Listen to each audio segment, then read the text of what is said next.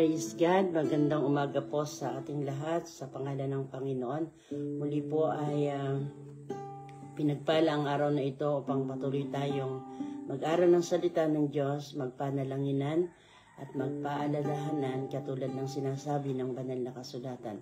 Bago dumating ang Panginoon, patuloy nating mapagsikapang gawin ang kalooban ng Panginoon. Nga po si Pastora Beth Cruzado ng Marinduque, District 2 sa pamamahala po ng ating minamahal na District Supervisor, Pastora Rebecca Quijada. Pagpalain po tayo ng Panginoon, sumagana ang pagpapalang mula sa langit na kaloob ng ating Panginoon. Bago po ang salita ng Diyos, hayaang patuloy po nating awitan ng Panginoon. Awitan natin ang Panginoon na sa bawat umaga ay ating purihin ng Panginoon. Pagising sa umaga. Hallelujah. Sa umaga, naaalala ka, nasasabik ang puso ko na makapiling ka.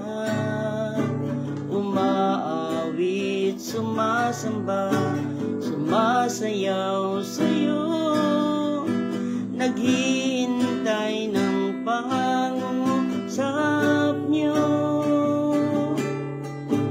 Pagising sa umaga, naaalala ka,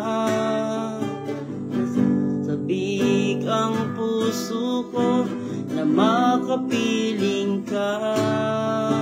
Umaawit, sumasamba, sumasayaw sa'yo, naghihintay ng pangungusap niyo. Ayaw kong magkulang ng kapangyarihan niyo. Ayaw kong magkulang ng kabanalan niyo.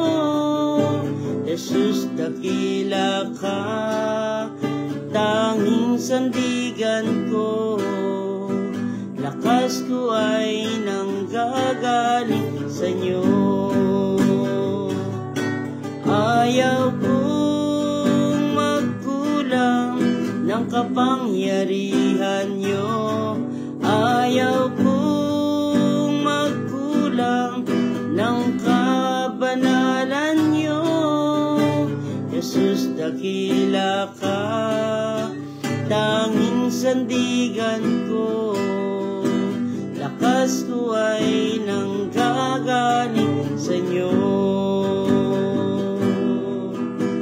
Lakas ko ay nanggagaling sa inyo. Hallelujah, hallelujah. Salamat po sa inyo ang panibago naming at muling pagkagising ngayong umaga ay biyaya at pagpapalang mula po sa inyo. Salamat sa inyong kabutihan. Salamat sa inyong katapatan, Panginoon. Muli may buhay kami upang patuloy na makapaglingkod ayon sa inyong kapanahonan. Lord, salamat po. Minsan pa'y dumudulog po kami sa inyo. Ang pagsama at patuloy na patnubay ng banal na Espiritu ay sumagana po sa amin ngayong umaga. Magkakalayo man po kami, alam po namin ang banal na Espiritu ay may kakayanang pag-isahin po kami. Patuloy na bigkisi ng pananampalatayang nagmumula po sa inyo. Bless po ninyo ang inyong salita at alam po namin pinagpala na po ninyo ito. Patuloy na maging pagpapala sa bawat babasa at makikinig ngayong umaga. Purihin kayo aming Ama, ito po ang aming samo at dalangin sa pangalan ng Panginoong Jesus. Amen at amen. Salamat po sa Panginoon. Tayo po ay makipagbukasan mula po sa Aklat ng Santiago, Kapitulo 1, talatang 11. James chapter 1 verse 19. Ang sabi po dito hanggang 27 po, basahin natin. Mga kapatid kong minamahal, unawain ninyo ito, maging alisto kayo sa pakikinig, mag-ingat sa pagsasalita at hindi agad nagagalit. Dahil ang galit ng tao ay hindi makakatulong upang magawa kung ano ang ayon sa kalooban ng Diyos. Kaya talikdan ninyo ang inyong maruruming gawa at alisin ang masasamang asal. Magpakumbaba, tanggapin ninyo ang salitang itinanim sa inyong puso. Ito ay may kakayahang magligtas sa inyo. Mamuhay kayo ayon sa salita ng Diyos. Kung ito'y pinapakinggan lamang ninyo ngunit hindi isinasagawa, dinadaya ang inyong sarili. Sapagkat ang nakikinig ng salita ngunit hindi sumusunod dito ay katulad ng isang taong tumingin sa salamin at pagkatapos makita ang sarili ay umalis at kinalimutan ang kanyang anyo. Ang taong nagsasaliksik at nagpapatuloy sa pagsunod sa kautusan, ganap na nagpapalaya sa tao at pagpapalain ng Diyos sa lahat ng kanyang gawain. Siya ang taong gumagawa at hindi siya katulad ng nakikinig lamang at pagkatapos ay nakakalimot. Verse 26. Kung inaakala ninyo man na siya'y reliyoso, ngunit hindi naman siya marunong magpigil ng dila, dinadaya lamang niya ang kanyang sarili. Walang kabuluhan ang kanyang pagiging reliyoso. Ang reliyoso na dalisay ay walang dungis sa harapan ng ating Diyos at Ama ay ito, pagtulong sa mga ulila at mga biyuda sa kanilang kahirapan at pag-iingat sa sarili upang huwag mahawa sa kasamaan ng mundong ito. Salamat po sa Panginoon. Alam po natin na ang aklat po ng Santiago ay punong-puno ng pagpapaalaala, pagbibigay ng lakas ng loob upang tayo po ay makalakad ayon sa kalooban ng Panginoon. Punong-puno ng pagsaway kung ano po yung dapat nating gawin at hindi dapat nating gawin. Mga dapat gawin at hindi dapat gawin. Kaya salamat po sa Panginoon. Napakapalad po natin bilang mga anak ng Diyos na nayan ang sumasagana ang salita ng Panginoon upang tayo po'y maihusto, maitama at maging tama ang direksyon po ng ating buhay bilang taong namumuhay sa ibabaw po ng mundong ito. Salamat sa Panginoon kung may tawag po sa mga nakikinig at nagbabasa ng salita ng Diyos, siya po ay isang taong mapalad. Bakit po? Sapagkat mamamalayan po natin at maalaman po natin ano po yung tunay at dakilang pinagagawa po sa atin ng ating Panginoon. Dito po sa ating binasa, mula sa verse 19, ay pinapaalahanan po tayo bilang mga Kristiyano. At kung may nakikinig pong hindi pa mananampalataya, ito'y isang mabuting bagay matutunan natin po na gawin kung ano yung matuwid at tama sa harapan ng Panginoon. Which is, alam po natin, bilang mga Kristiyano, na hindi ang paraan ng kaligtasan ay paggawa ng mabuti upang wag tayong magmalaki. Pero sa ating binasa, yung paggawa ng tama, yung paggawa po ng ayon sa kalooban ng Panginoon, nabanggit dito'y may kakayanang magligtas sa inyo. Ibig sabihin, kaangkop or kasama bilang mga iniligtas ng Panginoon ang paggawa po ng tama at mabuti sa harapan ng Panginoon. Ano po daw ang dapat maging ugali at tamang gawa ng isang Kristiyano, isang nakakilala sa Panginoon, at mga bagay na dapat makita sa Kanya ngayong siya'y mananampalataya na. Ang sabi sa verse 19, mga kapatid, kung minamahal, unawain ninyo ito, maging alisto kayo sa pakikinig. Pag sinabing alisto, patuloy na maging handa at laging maging handa sa bahagi po ng pakikinig. Kaya kakatulad po ng nabanggit ko kanina, ang isa sa tawag sa taong mapalad at inaasahan na dapat makita sa kanya ay handa sa pakikinig ng salita ng Panginoon. Kapag ang isang Kristiyano ay hindi na niya kasiyahan or hindi na niya kagalakan ang pakikinig ng salita ng Panginoon, diyan po magsisimula yung panghihinang espiritual at lubusang pagkalayo sa Panginoon. Unti-unti po niyang hindi niya pananabigan ang salita ng Panginoon, kundi ang paalaala po at hamon ng salita ng Panginoon maging alisto daw po tayo sa pakikinig ng salita ng Diyos. Sa lahat ng paraan at sa lahat ng pagkakataon, isang mabuting bagay ang tayo po ay maging bukas, tayo po ay maging handa at maging alisto sa pakikinig ng salita ng Diyos. Kung gaano pong kinasasabikan ng maraming tao sa panahong ito, at marami po ang inilalagay ng kaaway upang mapakinggan ng isang tao para malihis siya sa kalooban ng Panginoon.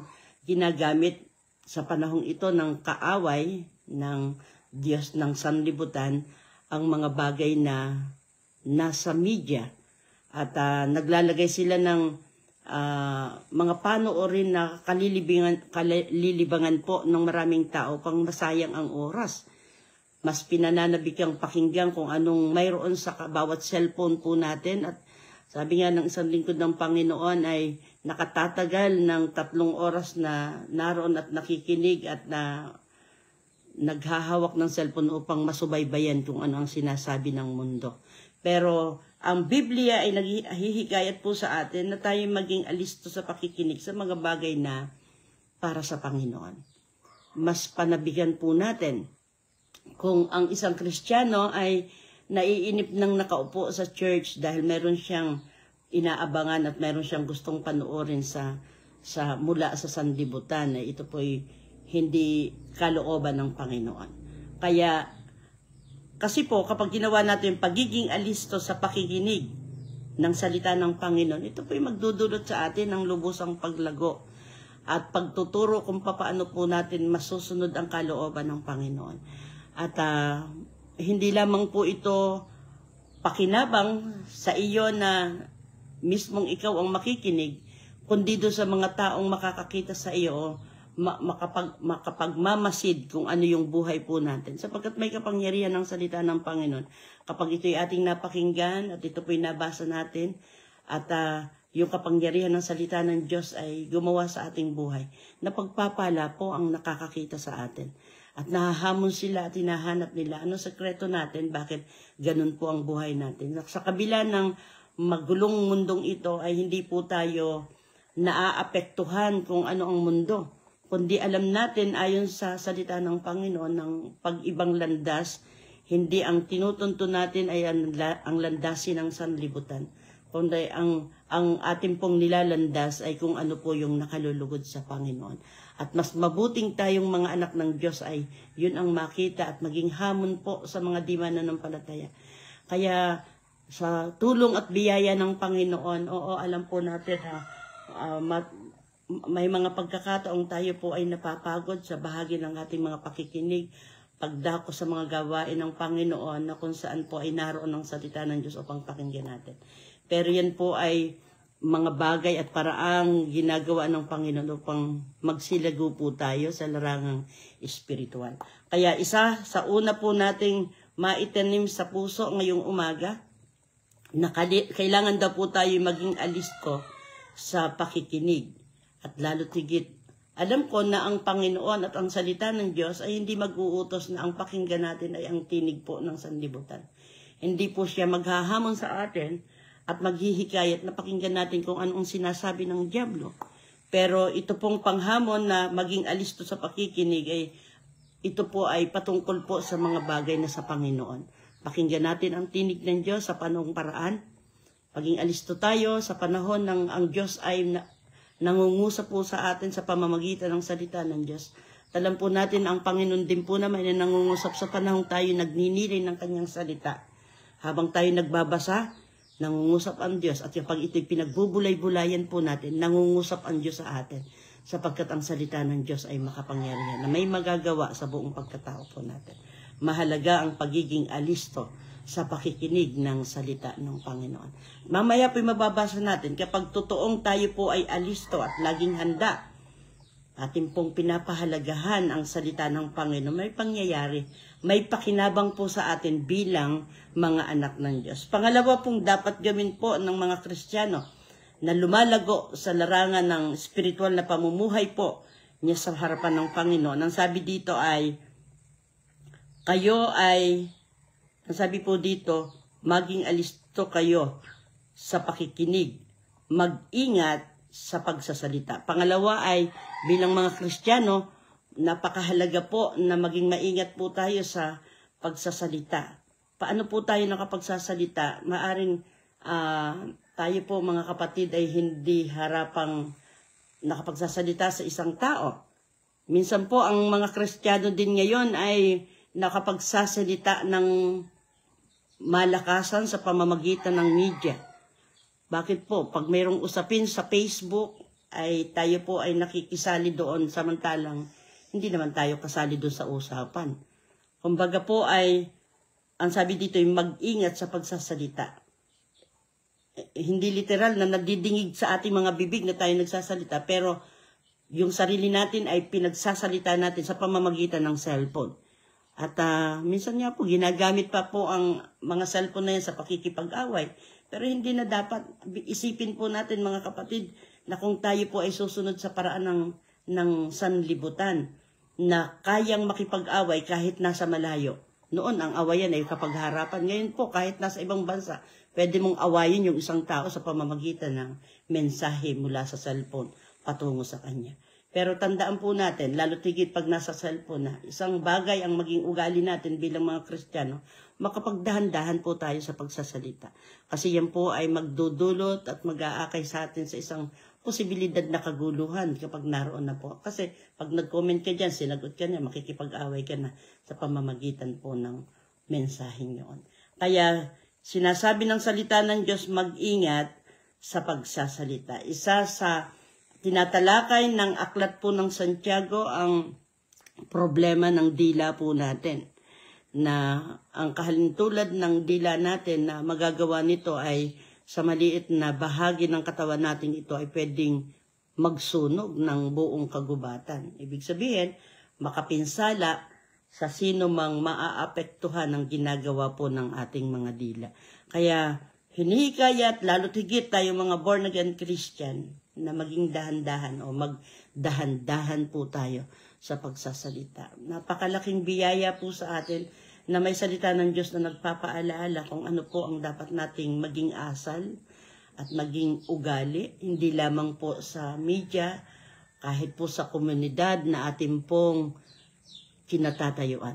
Kapag po ang ating pag-uugali ay tama at naiisagawa natin ang tamang ugali ng isang Kristiyano, kahit po sa komunidad natin, kapag naging madahan-dahan po sa pagsasalita, tayo po kasasabikan, hahanap-hanapin ng ating kapitbahay para makausap dahil sa pamamagitan ng ating pagsasalita ay nakakaramdam sila ng kapayapaan.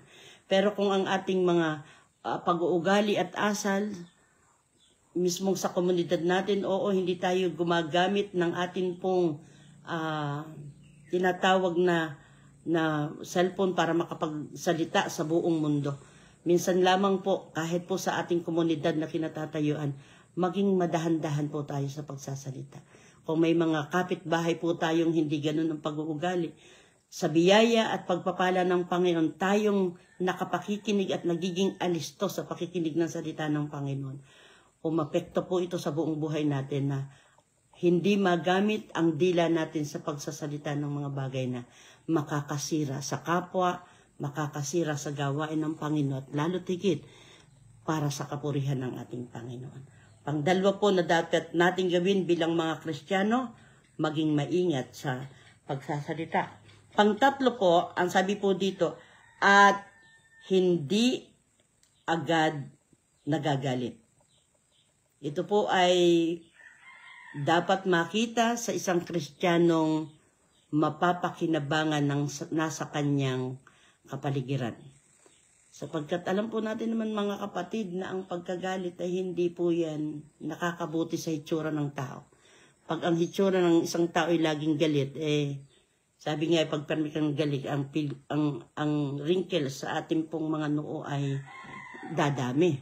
Kaya ito pong salita ng Diyos ay hindi lamang po ito nakakaganda ng pamumuhay bilang mga Kristiyano, kahit po ng ating buong pagkatao, ng paghihitsura ng tao. Kapag nakita natin ng isang tao ay magalakin sa kabila ng siya po ay hindi magandang pakiramdam at may nakakagalit sa kanyang paligid, pero nakukuha pa rin niyang nakangiti dahil sa Panginoon, ay sa halip na tumanda ang pag-itsura ay pabata. Kaya nga po yung pag-ibig natin sa Panginoon, pagsunod natin sa kalooban ng Panginoon ay nakababata sa atin. Hanggang sa, lumalabas yan hanggang sa panlabas nating pagkatao. Yung magalaking puso, hindi magalitin. Sabi ko nga po, pag may sakit at maraming lumalapit sa ating mga taong depressed, mga punong-puno ng stress, at punong-puno po at pagkatapos ng siya nagde-depress at nai-stress ay nagkakasakit po ng matindi, ay hindi po gumaganda ang paghitsura. Pero sabi ko at lagi kong sinasabi, meron po tayo isang kapatid na kasalukuyang kailangang matest dahil sa kanyang pinagdaraan ng sakit sa bahagi ng kanyang dede. Sabi ko, ang isang gamot dyan ay sa kabila ng lahat, panatilihin mong ikaw ay masaya. Maging nagagala ka para sa Panginoon, sapagkat ang magalakin o kagalakan na ating mga puso ay kagamutan po sa atin. Kaya pag nasimulan po ng isang tao na siya ay maging magagalitin, ano po ang kasunod nun? Pwedeng magkasakit sa puso. Pag na-stress na po siya ay lubusan ng mawawalan po siya ng pag-asa. Kaya totoo at makapangyarihan ang salita ng Diyos. Bakit po tayo inaakay sa isang mabuting asal bilang mga Kristiyano? Ang isa po sa pinagagawa sa atin, sa verse 19 pa lang po, huwag daw po tayo agad maging magagalitin. Sa loob pa lang po ng ating bahay, ma-practice natin, bagamat marami pong nakakapagod sa loob ng bahay, tayo ng ating mga gamit kung paano maiayos. At pag maya-maya, pag may anak po tayo na medyo magulo, nakakapagod at nakaka-stress po sa atin ang ganong paghihitsura ng ating tahanan. Pero inaakay po tayo ng salita ng Panginoon, huwag daw po tayo agad magagalit. Makakatulong po ito sa atin. Bakit daw po dapat natin maging alisto sa pakikinig? Bakit kailangan daw po tayo ay mag-ingat sa ating pagsasalita at hindi dapat agad magagalit? Sa verse 20 ay ibinigay niya ang dahilan at ang sabi dito ay, dahil ang galit ng tao ay hindi makakatulong upang magawa kung ano ang ayon sa kalooban ng Diyos. Okay, mga kapatid, kapag tayo po ay alisto sa pakikinig ng salita ng Panginoon, maaalaman natin kung ano yung kalooban ng Diyos, sapagkat ang salita ng Diyos ang magtuturo sa atin kung ano ang kanyang nais.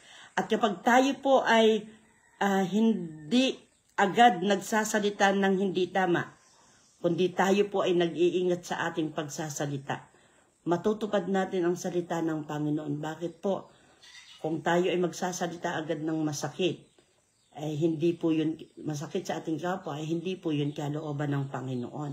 At kapag po tayo ay agad nagagalit, hindi po yan kalooban ng Panginoon. At ang sabi po, sapagkat ang galit ay hindi makakatulong upang magawa kung ano ang ayon sa kalooban ng Panginoon.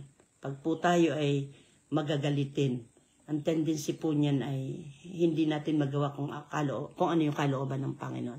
Sabi nga po ng isang tagapayo, pag daw po tayo ay galit, huwag tayo magpapasya sa ating sarili kung ano yung dapat natin gawin. Kasi po pag galit ka, makapagpapasya tayo ng hindi tama. At ang dulo din po nun ay hindi makakabuti sa atin.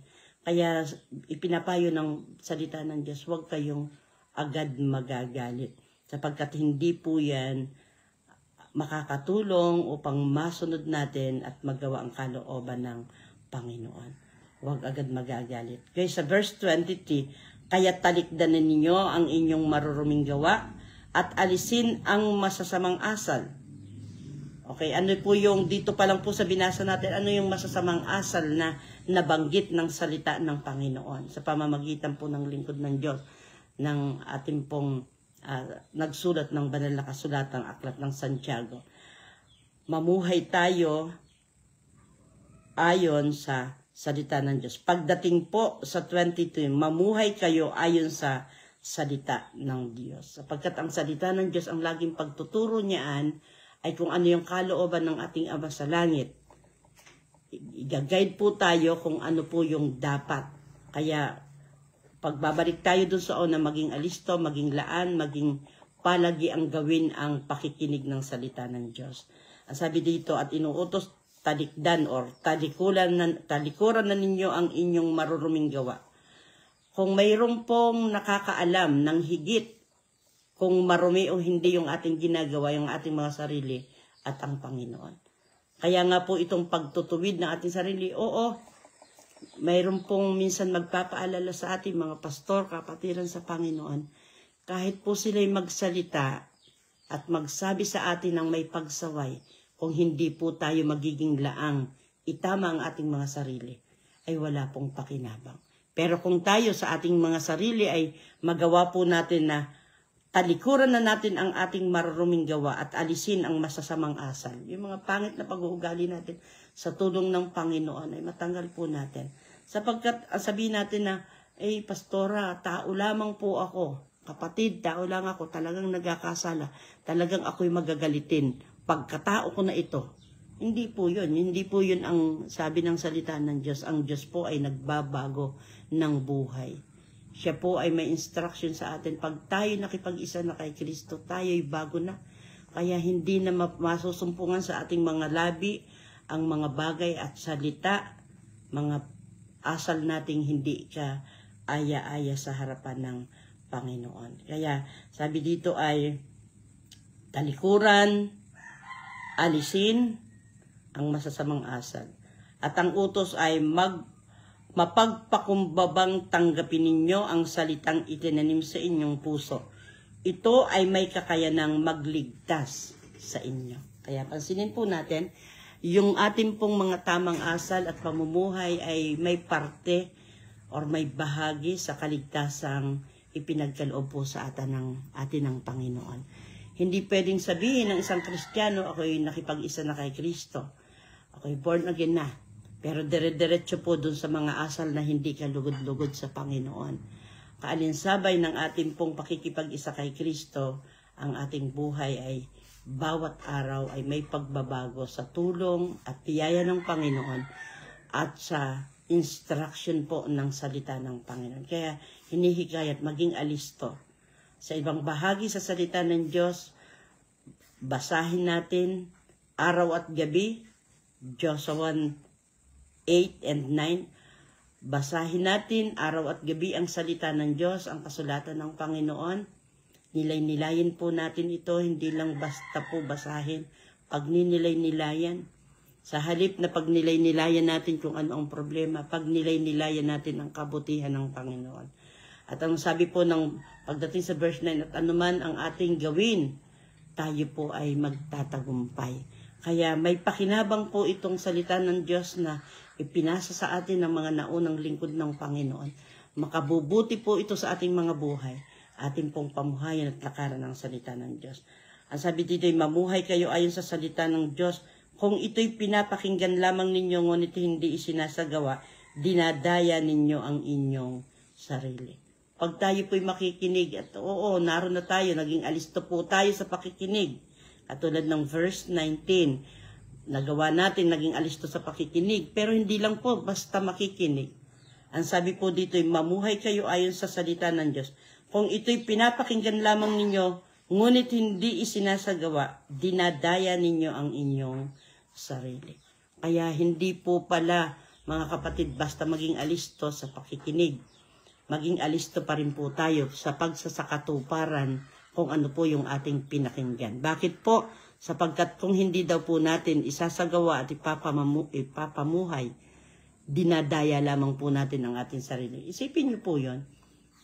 Sabi ko nga ni, kung mayroong gustong magpakasama, at yun din po naman ang sabi ng banal na kasulatan. Kung gusto niyo magpakasama na, tuduhin na yung kasamaan. At yung gustong magpakabuti, maayos ang buhay, gawin na yung kung ano yung kalooban ng Panginoon. Sapagkat alam po natin na hindi pwedeng pagdating sa harapan ng Panginoon ay maligam-gam po tayo. Gumagawa ng sa mundo at gumagawa ng para sa Panginoon. Hindi po pwede yun, mga kapatid. Ang totoo at sinasabi ng banal na kasulatan ay gawin natin buong pagsisikap kung ano yung kalooban ng Panginoon. Kung tayo po ay mga Kristiyanong masigasig na nakinig ng salita ng Diyos, pero hindi naging masigasig sa pagtalima sa sinasabi ng salita ng Panginoon, hindi po ang dinadaya natin ay ang Panginoon, hindi rin po ang inyong pastor, hindi rin po ang mga manggagawang dumadalaw sa inyo. Dinadaya po natin ang ating sarili. nagpapakapagod tayong magbasa at kunwang ayon at tayo po ay sumusunod dun sa gusto ng Panginoon. Pero ang sabi ng banal na kasulatan, dinadaya laan ninyo ang inyong sarili. Nagsasayang lang po tayo ng oras sa pakikinig.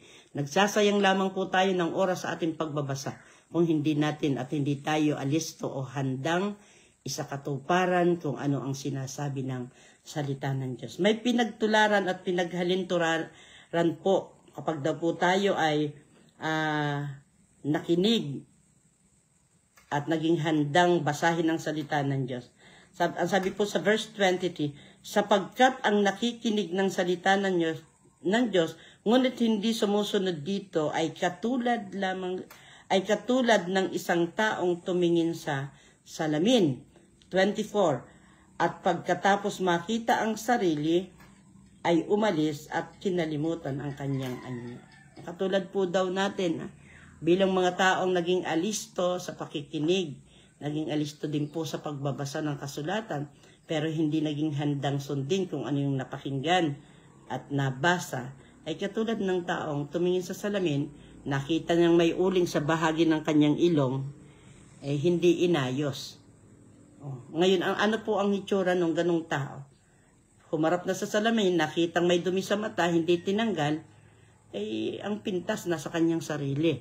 Kaya ganun din po yun mga kapatid pagdating sa salita ng Panginoon. Naging alisto sa pakikinig, naging masipag sa pagbabasa, pero yung pagsasakatuparan kung ano yung nabasa at napakinggan ay hindi naging laan.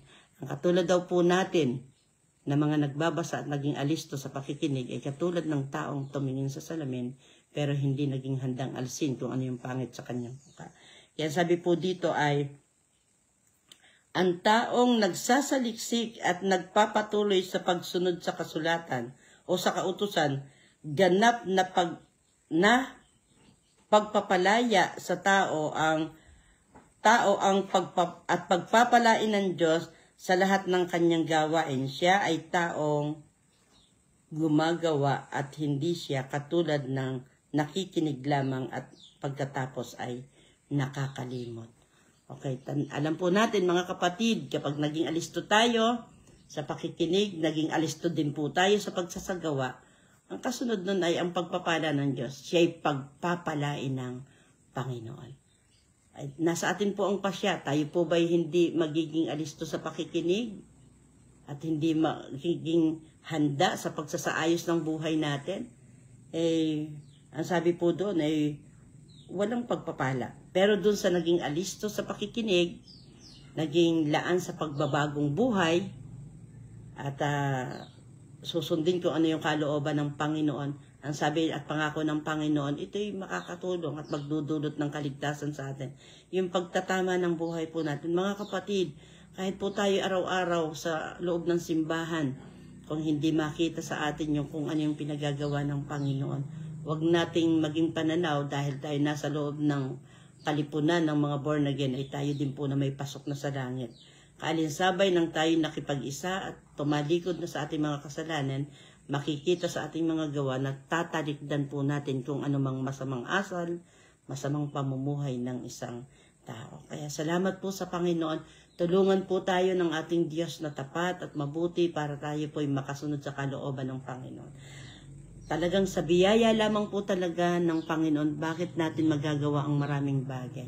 Yung matutuwid na buhay, yung magbubuting asal, hindi natin kaya sa ating sarili, pero sapat po ang biyaya ng banal na Espiritu sapagkat siya ang iniwan sa atin ng Panginoong Jesus na pinadala ng Ama, kapangyarihan natin upang magawa natin kung ano ang kalooban ng Panginoon. Salamat sa pagpapala ng Diyos, salamat sa banal na Espiritu, salamat sa kanyang salita, na ang salitang ito'y mismong ang Panginoong Jesus, siyang nagkatawang tao para sa atin upang tubusin tayo sa ating mga kasalanan. Tinubos na po tayo sa lahat ng ating kasamaan. Ang dapat lamang po natin gawin mga kapatid, ipagpatuloy natin kung anong mabuting asal na ipinagkakaloob at itinutulong po sa atin sa pamamagitan ng salita ng Diyos.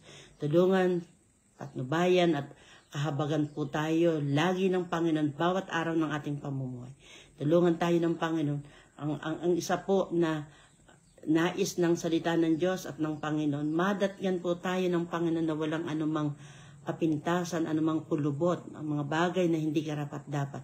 sa pagdating ng Panginoon. Yamang alam po natin talagang malapit nang dumating ang Panginoon.